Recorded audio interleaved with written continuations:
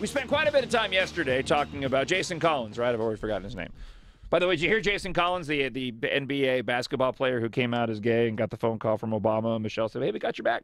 Did you hear he had a fiance for a while who played in the WNBA, who said she had no idea that he was gay, and apparently he came out to her like a week ago and explained to her. And I guess when they broke up, he called off the wedding, and she said it was very abrupt. She didn't know why. But now she knows why. So there you go. In the meantime, prior to Jason Collins coming out as being gay, the NFL has been saying for at least a month now that there were players that were potentially going to come out. Earlier this year, at least 3 college football players said they'd been asked about their sexual orientation during NFL recruitment interviews, sparking calls for the NFL to do more to fight discrimination. The National Football League is now making sure it will be ready for any coming out party.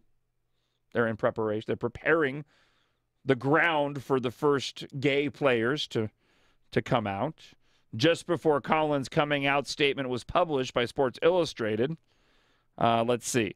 America's most popular sport with $9 billion in revenue a year released a workplace, doing nothing with my fingers, conduct statement regarding sexual orientation.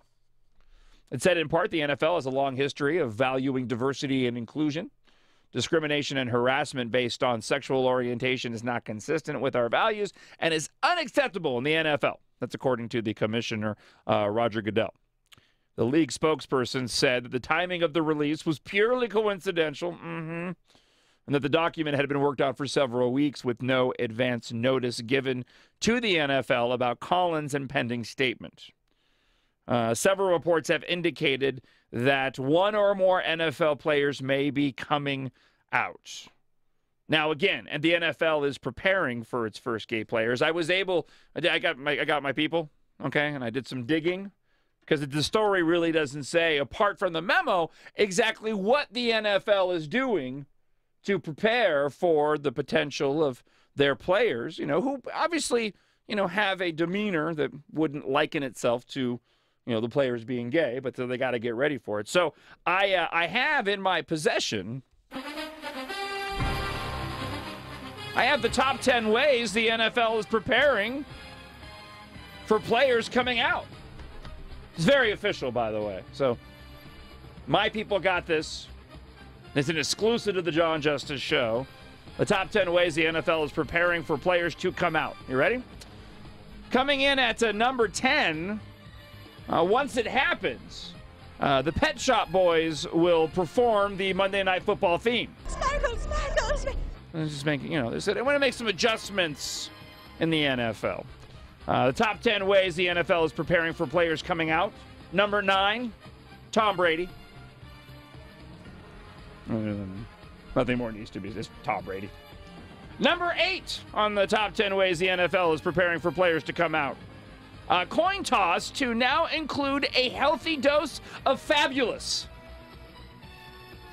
I don't have any other further details about how they plan on doing that, but that is number 8 on the top 10 ways the NFL is preparing for players to come out.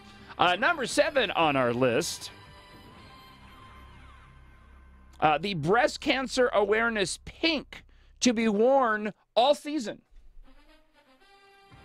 That makes sense, Well, it's twofold. And then you can help out the Susan G. Komen Foundation while also, appealing to those players of different sexual persuasion. It makes a lot of sense, okay?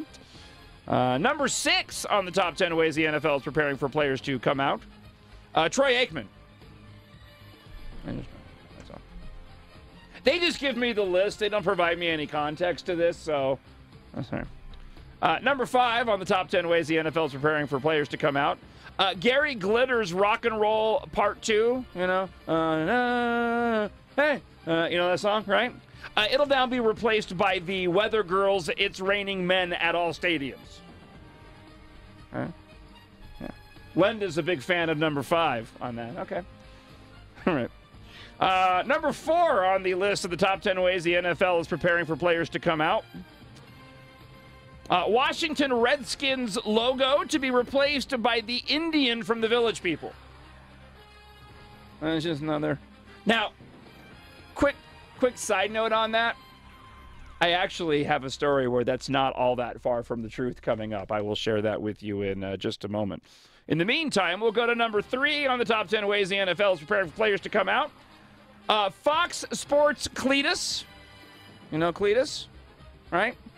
He'll become the first transgender CGI robot player. I don't know what adjustments they're going to make to Cletus, but they are going to declare that they give him a hat, maybe? I don't know. Okay.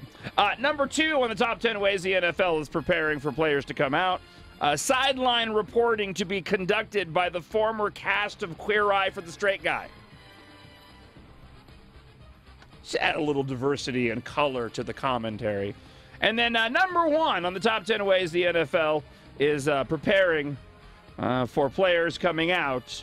Cheerleaders for half the season will be substituted by the Wild Boys from the Mint. That's number 1 on the list of the top 10 ways that the NFL is preparing for players to come out. So there you go. That may not be official. That might have been somebody's jokey joke there. I'm not 100%. I don't know about you personally. I'm looking forward to hearing the Pet Shop Boys version of the Monday Night Football theme. That ought to be good. Now, my favorite one on the list was the Washington Redskins logo to be replaced by the Indian from the Village People. This is true story. Okay, true story. I wrote that list last night. I'm sorry. My people gave me that list last night. I didn't write it.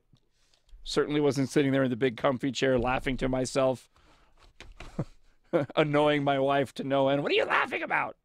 Because it's never as funny when I have to extrapolate and explain to her, so it's not funny anyway. But this morning I woke up excited about the list this morning that they was given to me, and I found this story. A D.C. council member, Washington, D.C., is preparing. I don't know what other D.C. would there have been. Comics I don't know if DC Comics has a council, but a D.C. council member is preparing to introduce a resolution calling on the Washington Redskins to change its name. You know what they want to call it? Do you know? Do you know yet? Still Washington, still red, but instead of skin, tails. They want to be the Washington Red Tails. Epic fail. Council member David Grosso, an independent elected last year. Well, that was an inflection fail. An independent elected last year. I had the inflection wrong on that. Said he plans to pursue his non-binding resolution because the current name is a derogatory racist name. It's been a long. Yeah. How long have they been the Washington Redskins? You're just going to wait until now to get offended? Is that what's, I think we've had a long period of time of, are there people just been like, oh, I'll support him, but man, I hate the name. For all these years. Finally. He did. He said it's been a long time. Been a long time since we've associated that name with Washington. I think it's time we take a stand and change it. Ooh, he's taking a stand. Grosso is circulating his resolution to other council members to try and get co-sponsors. So far, he said that, 2 council members have agreed to sign on. In recent months, as the Redskins made their run towards the playoff, debate about the Redskins' name began heating up. Yeah, it only started heating up because the Redskins were heading towards the playoffs. Earlier this year, the mayor said he would also like the name to be changed. But Redskins owner Daniel Snyder and team officials have largely avoided the debate, giving no indications that they are seriously considering a name change. All right, I'm going to get to your phone calls coming up. 751-1041 is the phone number. But it just made me laugh because I made the jokey joke. Maybe I should email him and tell him he should go with the Indian from the Village People. Because it ties in rather nicely. No, I better not, because you know what? Idiots like this will probably go and take me seriously.